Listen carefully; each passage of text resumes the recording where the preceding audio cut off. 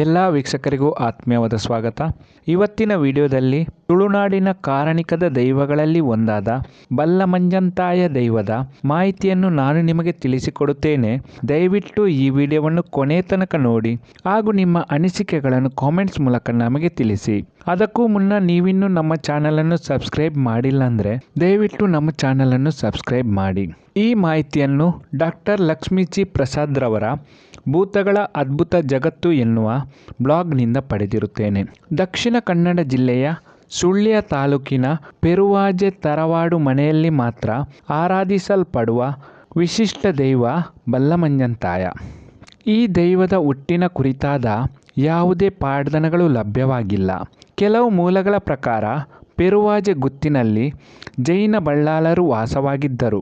ಅವರು ಬಲ್ಲಮಂಜದವರಾಗಿದ್ದು, ಅವರು ಅಲ್ಲಿಂದ ಬರುವಾಗಲೇ ಅವರು ಆರಾಧಿಸಲ್ಪಡುತ್ತಿದ್ದ ದೈವ ಇದಾಗಿದ್ದು, ಬಲ್ಲಮಂಜದಲ್ಲಿರುವಾಗಲೇ ಆರಾಧಿಸುತ್ತಿದ್ದ ಕಾರಣ ಈ ದೈವಕ್ಕೆ ಆ ಊರಿನ ಹೆಸರಿನಿಂದಾಗಿ ಬಲ್ಲಮಂಜಂತಾಯ ಅಂದರೆ ಬಲ್ಲಮಂಜದಲ್ಲಿ ನೆಲೆಸಿದವರು ಎನ್ನುವ ಹೆಸರು ಬಂದಿರುವ ಸಾಧ್ಯತೆ ಹೆಚ್ಚಾಗಿದೆ. ಈ ದೈವಕ್ಕೆ ಸುಮಾರು 50 ವರ್ಷಗಳಿಂದ ಕೋಲ ಸೇವೆಯನ್ನು ನೀಡಿರಲಿಲ್ಲ. ಯಾಕೆಂದರೆ ಈ ದೈವಕ್ಕೆ ಎಷ್ಟು ಆಹಾರ ಕೊಟ್ಟರೂ ಸಾಕಾಗುವುದಿಲ್ಲವಂತೆ. 50 ವರ್ಷಗಳ ಹಿಂದೆ ನಡೆದಿದ್ದ ಕೋಲದಲ್ಲಿ 1 ಕಣಜ ಸಿಯಾಳ ಹಾಗೂ 1 ಕಣಜದಷ್ಟು ಒದುಳು ಕೊಟ್ಟಿದ್ದರೂ ಸಹ ಈ ದೈವಕ್ಕೆ ಸಾಕಾಗಿರಲಿಲ್ಲವಂತೆ. ಆದ್ದರಿಂದಲೇ ಈ ದೈವಕ್ಕೆ ಮುಂದಿನ ದಿನಗಳಲ್ಲಿ ಕೋಲ ಕೊಡಲು ಸಾಧ್ಯವಾಗಲಿಲ್ಲವಂತೆ.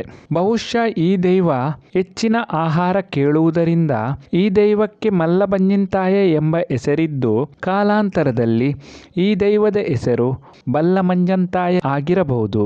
ಇನ್ನೊಂದು ಮೂಲಗಳ ಪ್ರಕಾರ ಪೆರುವಾಜೆ ಗುತ್ತಿನ ಹಿರಿಯ ಬಳ್ಳಾಲರೊಬ್ಬರು ಜಾಲದುರ್ಗದೇವಿಯ ಅನನ್ಯ ಭಕ್ತನಾಗಿದ್ದು, ಕಾಲಾಂತರದಲ್ಲಿ ಬಹುಶಃ ಈತನೇ ದೈವತ್ವವನ್ನು ಪಡೆದು ಮಲ್ಲಮಂಜಂತಾಯ ದೈವವಾಗಿ ಆರಾಧನೆ ಪಡೆಯುತ್ತಿರುವ ಸಾಧ್ಯತೆಯೂ ಹೆಚ್ಚಾಗಿದೆ.